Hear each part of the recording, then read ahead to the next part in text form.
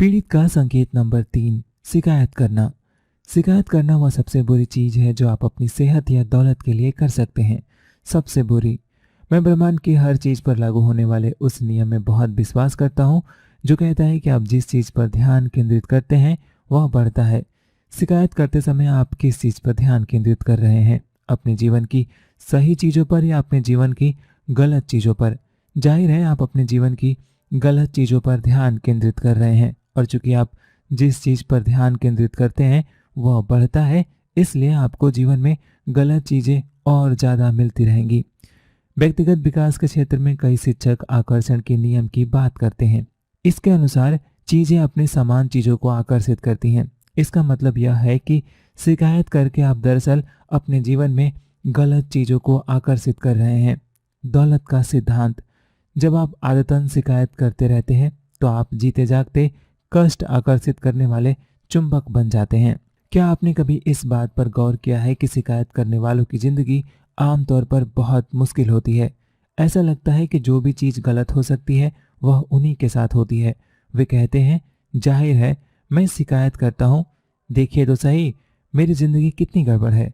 अब जब आप बेहतर जान गए हैं तो उनसे कह सकते हैं, नहीं, तुम शिकायत करते हो इसलिए तुम्हारी जिंदगी इतनी गड़बड़ है। अपना मुंह बंद रखो और यहाँ से दफा हो जाओ। यहाँ हम एक और काम की बात बता दें। आपको यह सुनिश्चित कर लेना चाहिए कि आप शिकायत करने वालों के आसपास ना रहें। अगर आपको उनके आसपास रहना ही पड़े तो यह सुनिश्चित करें कि आपके पास फौलाद का छाता हो, वरना गड़बड़ चीजें उनकी बजाय आपके पास आ जाएंगी। जहाँ तक संभव होता है मैं शिकायत करने वालों से बहुत दूर रहता हूँ, क्योंकि नकारात्मक ऊर्जा संक्रामक होती है। बहरहाल बहुत से लोग शिकायत करने वालों के पास खड़े होकर चाव से उनकी बातें सुनते हैं। क्यों? कारण साफ है, वे किस्सा सुनाने की अपनी बारी का इंतजार कर रहे हैं। आपको लगता है कि यह बुरा है? ठहरिए तो सही, जरा सुनिए तो सही, मेरे साथ क्या हुआ। यहाँ मैं आपको थोड़ा होमवर्क दे रहा हूँ और मेरा वादा है कि यह आपकी ज़िंदगी बदल देगा। मैं आपको चुनौती देता हूँ कि अगले 7 दिनों तक आप किसी के बारे में शिकायत न करें, मुंह के शब्दों से ही नहीं, अपने दिमाग के विचारों में भी। लेकिन आपको यह काम पूरे 7 दिन तक करना होगा। क्यों? क्योंकि हो सकता है कि शुरुआत में पहले ही कुछ शिकायतें आपके दिमाग में आने लगे। दुर्भाग्य से शिकायतें आमतौर पर प्रकाश की गति से नहीं चलती हैं, वे शिकायतों की गति से चलती हैं, इसलिए उन्हें साफ करने में थोड़ा वक्त लग सकता है। मैंने हजारों लोगों को यह चुनौती दी है और इसके परिणामों से मैं स्वयं हैरान हूँ। उनमें से बहुत सारे लोगों ने मुझे बताया कि इस छोटे से अभ्यास ने उनकी ज़िंदगी पूरी तरह से बदल दी है। जब आप अपने जीवन में गड़बड़ चीज़ों की शिकायत करना छोड़ देंगे और इस तरह उन्हें अपनी ओर आकर्षित करना छोड़ देंगे, तो मैं गारंटी देता हूँ कि आप खुद यह देखकर हैरान रह जाएंगे कि आपका जीवन कितना अद्भुत बन गया है। अगर आप शिकायत करने के आदी हैं तो इस वक्त सफलता को आकर्षित करने के बारे में भूल जाएं। ज़्यादातर लोगों के मामले में तो सिर्फ न्यूट्रल तक पहुंचना ही अच्छी शुरुआत होगी। दोष देना, खुद को सही ठहराना और शिकायत करना दवा की गोलियों की तरह है। ये तनाव कम करने वाली गोलियों से ज़्यादा कुछ नहीं है। ये असफलता के तनाव को कम करती हैं। जरा इस बारे में सोचें, अगर कोई व्यक्ति किसी तरह से असफल नहीं हो रहा है तो क्या उसे दूसरों पर दोष मढ़ने, खुद को सही ठहराने या शिकायत करने की ज़रूरत है? जवाब स्पष्ट है, ज़रूरत ही नहीं है। आगे से जब आप खुद को दोष मढ़ते, सही ठहराते या शिकायत करते सुने तो तत्काल रुक जाएं। खुद को याद दिलाएं कि आप अपने जीवन का निर्माण कर रहे हैं और हर पल सफलता या असफलता को आकर्षित कर रहे हैं। यह बेहद जरूरी है कि आप अपने विचारों और शब्दों का चयन सावधानी से करें। अब आप दुनिया के महानतम रहस्यों में से एक को जानने जा रहे हैं। क्या आप तैयार हैं? इसे सावधानी से पढ़ें। सच तो यह है कि अमीर पीड़ित जैसी कोई चीज नहीं होती है। क्या आप इसका मतलब समझ गए? मैं इसे दोबारा कहता हूँ। सच तो यह है कि अमीर पीड़ित जैसी कोई चीज नहीं है। इसके अलावा सुनेगा कौन? अरे मेरी आर्ट में खरोच आ गई है, इस पर लगभग हर व्यक्ति कहता है, किसे परवाह है। बहरहाल पीड़ित होने के निश्चित रूप से अपने लाभ होते हैं। बेचारा बनने से लोगों को क्या मिलता है? जवाब है दूसरों का ध्यान। क्या ध्यान इतना महत्वपूर्ण है? शर्त लगा ले, है। किसी ना किसी तरह से लगभग हर व्यक्ति इसी के लिए जीता है, और जिस कारण से लोग ध्यान के लिए जीते हैं वह यह है कि उन्होंने एक गंभीर गलती कर दी है। यह वही गलती है जो हम में से लगभग सभी ने की है। हमने ध्यान और प्रेम को गलती से एक समझ लिया है।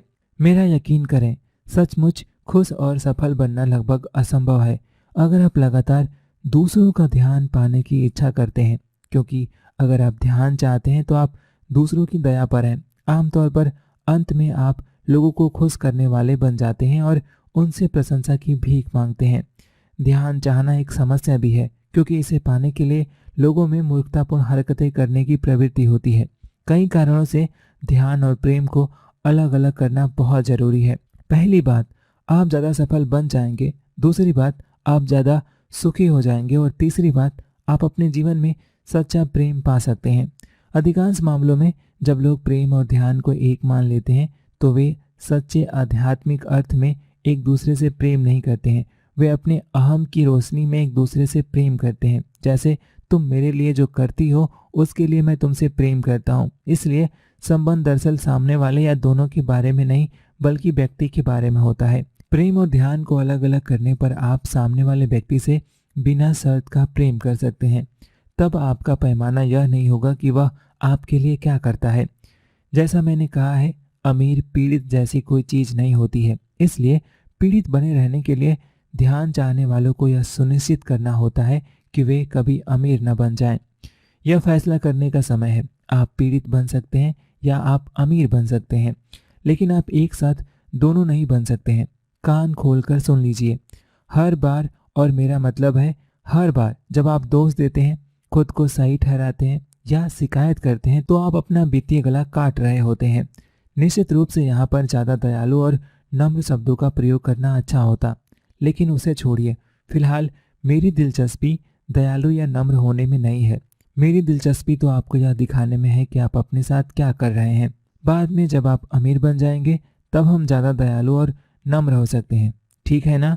अब अपनी शक्ति पहचानने का समय है और यह स्वीकार करने का कि आप अपने जीवन में मौजूद हर चीज का निर्माण करते हैं, और उसका भी जो आपके जीवन में नहीं है। यह जान लें कि आप अपनी दौलत, अपनी कंगाली और इन दोनों के बीच के हर स्तर का निर्माण करते हैं। घोषणा दिल पर हाथ रखकर कहें, अपनी वित्तीय सफलता के स्तर का निर्माण मैं खुद करता हूँ। और अपना सिर छूकर कहें, मेरे पास मिलियनेयर मस्तिष्क है। मिलियनेयर मस्तिष्क की गतिविधियां। 1, जब भी आप देखें कि आप दोष मढ़ रहे हैं, खुद को सही ठहरा रहे हैं या शिकायत कर रहे हैं, तो हर बार अपनी तर्जनी उंगली अपने गले पर फेरें, ताकि आपको तत्काल याद आ जाए कि आप अपना वित्तीय गला काट रहे हैं। एक बार फिर, हालांकि खुद के गले पर उंगली फेरना थोड़ा अजीब लग सकता है, लेकिन यह दोष देकर, खुद को सही ठहराकर या शिकायत करके अपना बुरा करने से ज़्यादा अजीब नहीं है। और अंततः यह क्रिया इन विनाशकारी आदतों को खत्म कर देगी। दूसरा, एक डीब्रीफ करें। हर रात सोने से पहले एक ऐसी चीज लिख लें जो अच्छी तरह हुई और एक ऐसी चीज लिख लें जो अच्छी तरह से नहीं हुई। फिर नीचे दिए गए सवालों का जवाब लिखें।